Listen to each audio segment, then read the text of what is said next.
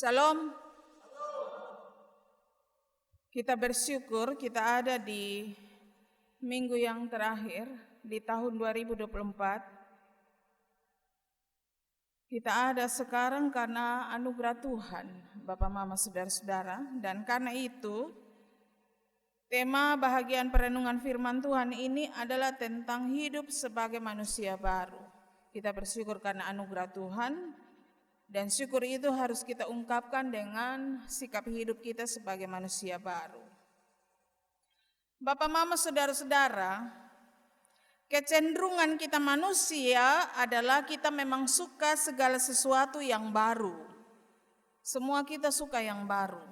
Bau baju baru itu kita suka. Kita suka baju baru. Kita suka sepatu atau sendal baru.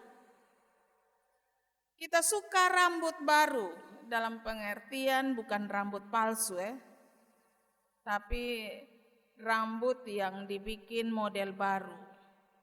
Kalau tadinya cepak-cepak sedikit, sekarang kita potong gaya lain. Kalau tadinya rambut kita sisir banting arah kiri, kita rubah jadi arah baru lagi, banting pi kanan. Sehubungan dengan mau masuk tahun baru. Kita suka semua yang baru. Kita suka rumah baru. Kita suka mobil baru. Apalagi cat rambut baru dan lain sebagainya. Suami istri baru? Tidak Jangan sampai karena mau masuk tahun 2025 juga ganti suami dan ganti istri. Ingat firman Tuhan melarang. Kenapa kita suka yang baru? Kenapa? Jawabannya karena kita bosan yang lama. Kalau begitu pertanyaannya, kenapa bosan yang lama? Karena kita suka perubahan. Kita suka perubahan. Kita manusia memang cepat sekali bosan. Karena itu kita butuh sesuatu perubahan supaya jangan bosan. Seorang filsuf Yunani bernama Herakleitos, dia mengatakan begini: segala sesuatu dalam hidup ini selalu akan bergerak, selalu akan mengalir, serta selalu akan berubah. Begitu. Dunia kita memang berubah. Sekarang kita ada di tahun 2024. 1-2 hari lagi kita akan beranjak di tahun 2025 jika Tuhan berkenan. Dan kalau kita sudah tiba di tahun 2025, kita sebut tahun itu sebagai tahun baru. Tahun yang baru bagi kita. Itu tanda bahwa dunia berubah. Tadinya 2024, berikut 2025. Dan pasti ada perubahan lain yang mengikuti kehidupan kita di tahun 2025 nantinya. Kehidupan kita secara pribadi juga berubah. Coba Bapak Mama pulang, lihat foto masing-masing. Bandingkan masa kecil dengan masa sekarang. Dulu itu kita imut-imut Sekarang ini kita amit-amit. Begitu toh. Kota Kupang pun berubah. Di TikTok itu banyak yang tayang. Kota Kupang tahun 1974. Saya suka juga dengan tayangan itu karena tahun 74 saya belum lahir. Jadi saya bisa lihat Kota Kupang tahun 74 itu seperti apa dibanding dengan 2024 sekarang. Lalu di TikTok itu mulai muat pertanyaan. Coba tebak, ini di mana? Begitu. Saya tebak di situ. Saya bilang, saya tebak bahwa waktu itu saya masih ada di rencana Tuhan. Jadi saya tidak tahu itu di mana. Bapak, Mama, Saudara-saudari, dalam bacaan kita ini pun Tuhan Yesus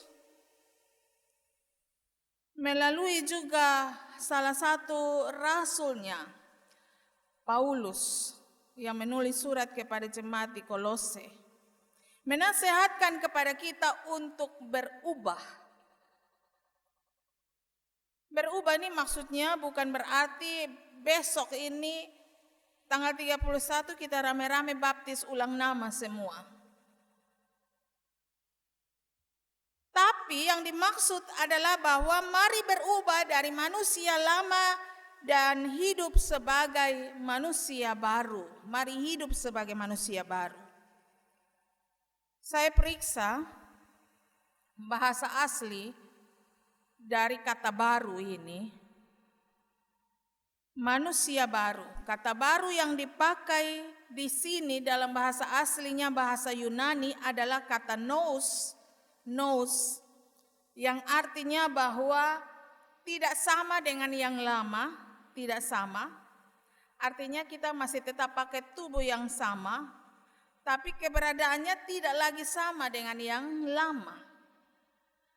Atau hanya bentuk baru dari yang lama yang kita pakai.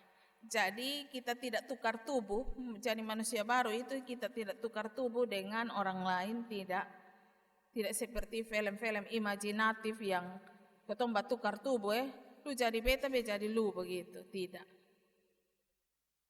Tapi kita tetap menggunakan tubuh yang lama, hanya bahwa kita berubah. Artinya bahwa kita tidak lagi berada seperti yang lama. Tetap memakai tubuh yang lama tetapi dalam keadaan yang baru.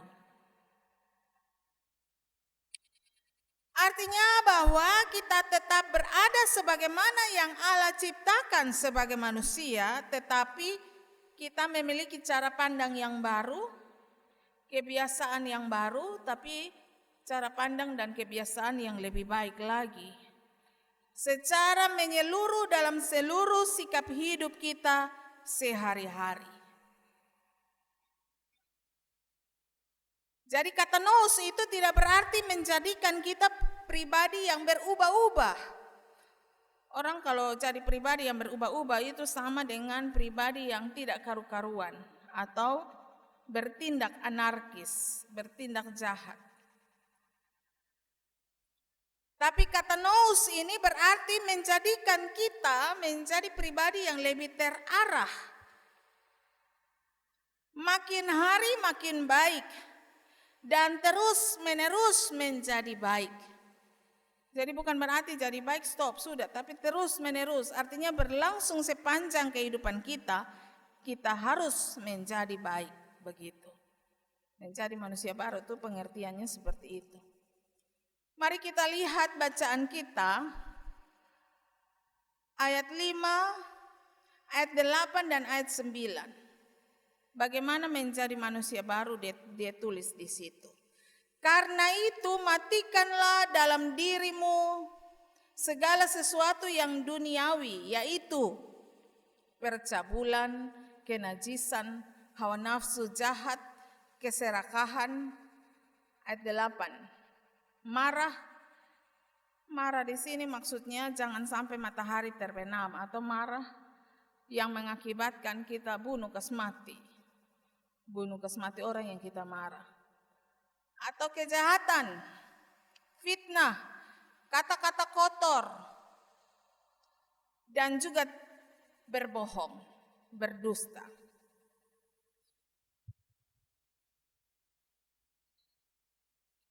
Kenapa semua ini harus kita matikan? Alasannya karena kita ini telah dijadikan sebagai manusia baru oleh Allah. Kita ini telah dijadikan sebagai manusia baru oleh Allah. Saudara-saudara, daya destruktif atau kekuatan merusak dan menghancurkan dari dosa adalah begitu amat sangat kuat. Allah menghendaki kehidupan ini berlangsung senantiasa dengan tertib dan sopan. Tapi dosa yang kita lakukan membuat semua berubah menjadi kacau. Hubungan yang harmonis jadi kacau. Bahkan agama-agama sebagai wadah pemulihan hubungan justru memperburuk kehidupan di dunia ini. Karena para pemeluk agama-agama ternyata telah saling hidup dengan saling menyerang, saling menuduh, sehingga hubungan terputus, baik antara manusia dengan manusia maupun manusia dengan Allah. Ternyata kita tidak mampu beragama dengan baik. Kita beragama, tapi ketika kita beragama itu kita bikin kekacauan saja. Agama kita pakai sebagai senjata untuk saling menuduh, saling menyerang satu terhadap yang lain. Sehingga dengan demikian, manusia-manusia dan setiap organisasi ataupun lembaga manapun ternyata tidak mampu untuk memperbaiki keadaan hidup dunia ini yang telah kacau balau itu. Allah telah coba memberi waktu kepada kita manusia untuk memperbaiki keadaan kekacauan yang kita lakukan. Namun, semakin Allah memberi kita kepercayaan, ternyata kita manusia dan setiap lembaga-lembaga dan organisasi yang ada semakin bertindak dengan semena-mena, sehingga relasi kita dengan Allah dan dengan sesama tidak kunjung bisa diperbaiki kembali. Karena itulah Allah sendiri mengambil inisiatif. Ia turun dari tahta kemuliaannya untuk menghubungi kita manusia, menghubungkan kita manusia antara satu terhadap yang lain sebagai sesama ciptaan maupun dengan Allah Bapa sendiri. Ia telah lahir ke dunia ini, Yesus Kristus, untuk memenuhi maksud melakukan pembaharuan, perbaikan kembali. Artinya bahwa Tuhan tidak bikin dunia baru untuk kita tinggal. Kita pindah dari sekarang dunia yang sekarang, bumi yang sekarang ke bumi yang baru, tidak. Tapi Tuhan memperbaikinya. Tuhan membetulkan kembali yang telah rusak. Bahkan relasi kita dengan Allah dan sesama pun dihubungkan kembali, diperbaiki kembali. Akibat dari dosa ini Bapak Mama, kita manusia tidak saling baku jaga lagi. Contoh Adam dan Hawa, suami istri dalam satu rumah tangga, tapi mereka tidak saling baku jaga. Karena dosa, mereka kemudian saling baku tuduh. Adam kasalah Hawa, Hawa kasalah lagi ular, dan seterusnya dan seterusnya. Akibat dosa, kita manusia tidak lagi saling baku jaga. Kain dan Habel, kakak adik kandung, saling membunuh satu terhadap yang lain.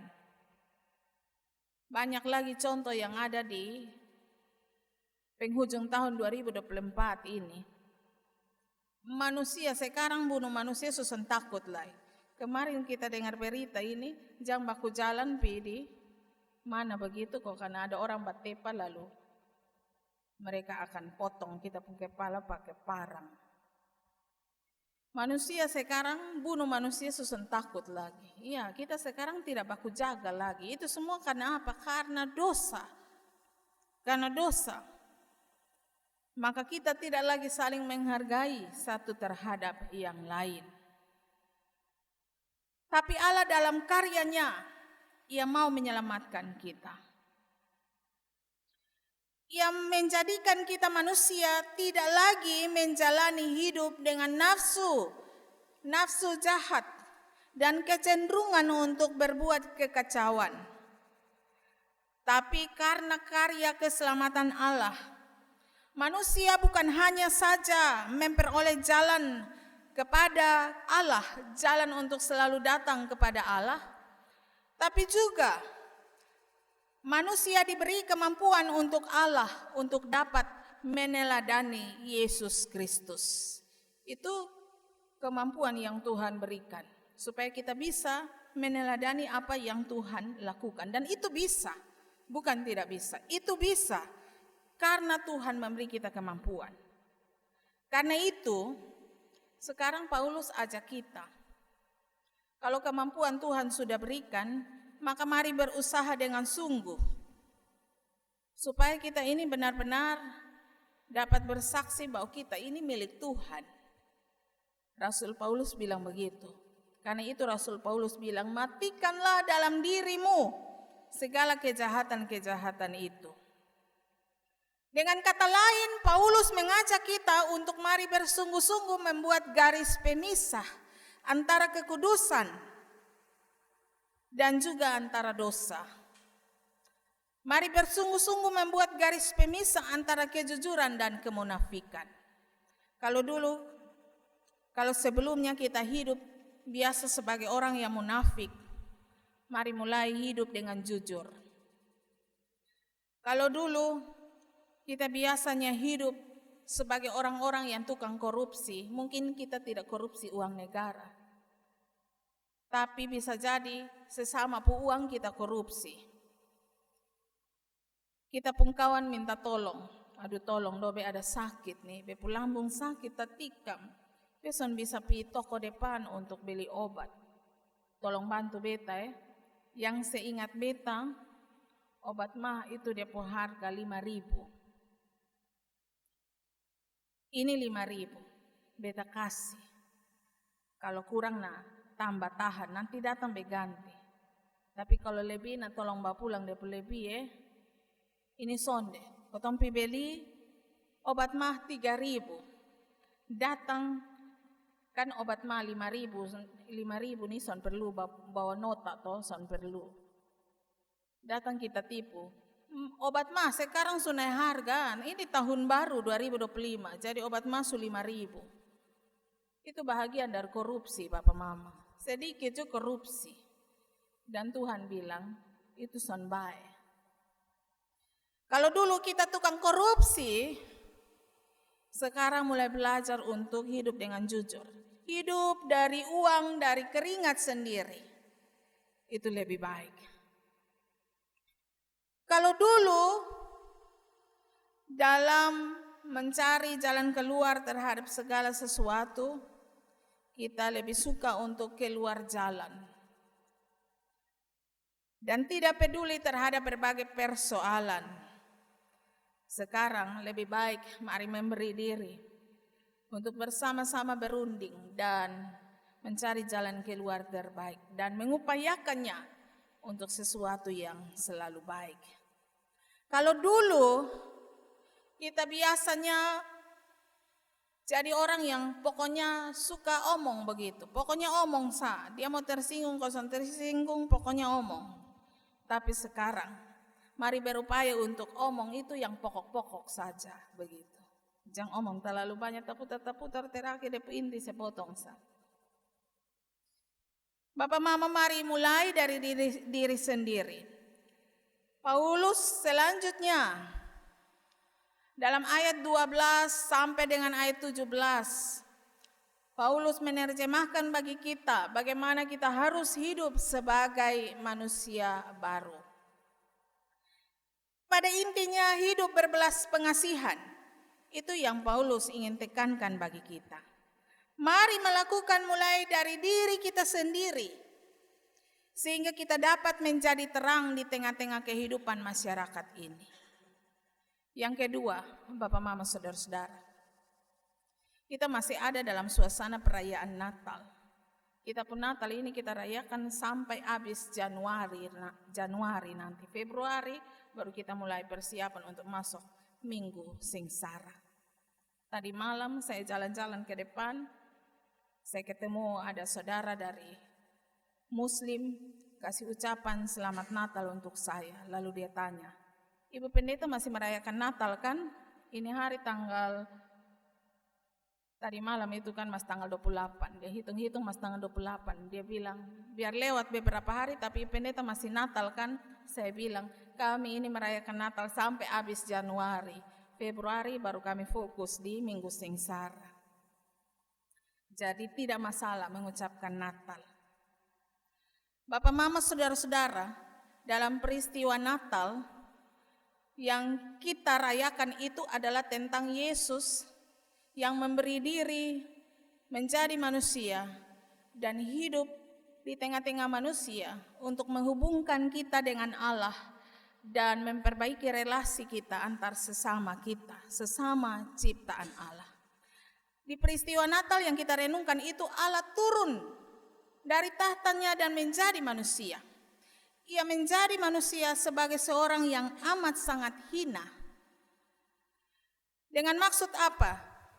Supaya dengan maksud bahwa kalau kita mencari wajah Yesus, kalau kita mencari kehendak Yesus untuk kita lakukan, maka kita cari dengan cara kita memperhatikan dan melayani mereka yang hina, menolong mereka yang hina, yang menderita. Karena itu berita sorgawi tidak hanya fokus tentang bagaimana kita masuk sorga, tapi juga berita sorgawi memberi arah kepada kita bagaimana kita melayani sesama, menghormati dan menghargai sesama. Bahagian dari cara kita untuk menjalani hidup sebagai manusia baru itu adalah mari menghormati, menghargai, dan melayani sesama. Mari menolong, mari mendoakan sesama. Itu cara kita hidup sebagai manusia baru. Jadi firman Tuhan tidak hanya mengajarkan kepada kita tentang masuk surga, tapi juga tentang menghargai sesama. Mari lakukan itu sebagai wujud kita mengasihi Allah. Tuhan bilang segala sesuatu dapat berlalu. Seorang filsuf Yunani bilang segala sesuatu itu bergerak dan berubah. Tuhan bilang segala sesuatu akan berlalu, tetapi kasih tidak akan pernah berlalu. Mari mengasihi sebagai wujud kita hidup sebagai manusia baru. Mari melakukannya dengan sungguh. Sekali lagi, karena Tuhan telah memberi kita kemampuan, kita pasti bisa. Ibarat kita tahu bagaimana tentang hidup sehat. Kita mau umur panjang ya Bapak Mama. Kita semua mau umur panjang di ini dunia. Karena itu kita harus hidup sehat. Kita tahu bagaimana hidup sehat. Tapi sekarang masalahnya adalah maukah kita lakukan cara-cara untuk hidup sehat atau tidak. Atau kita hanya sekedar tahu, lalu pengumuman di semua orang bahwa kita tahu, kita mengajar semua orang, oh hidup sehat itu jangan merokok. Apalagi terlalu banyak yang kita tahu. Tapi baiklah kita jangan hanya mengetahui, tapi mari melakukan. Itu cara kita menjalani hidup sebagai manusia baru. Itu yang Paulus bilang. Apa yang telah diberitahukan, lakukan itu. Itu cara kita menjalani hidup sebagai manusia baru. Selamat untuk terus berkomitmen dan berupaya untuk menjalani hidup sebagai manusia baru. Ingat, kemampuan yang Tuhan sudah berikan jangan disia-siakan. Anugerah Tuhan yang sudah Tuhan berikan bagi kita sebagai manusia yang baru jangan disia-siakan. Lakukan itu dalam sikap hidup kita agar kita dapat menjadi terang di tengah-tengah masyarakat. Tuhan memberkati kita. Amin.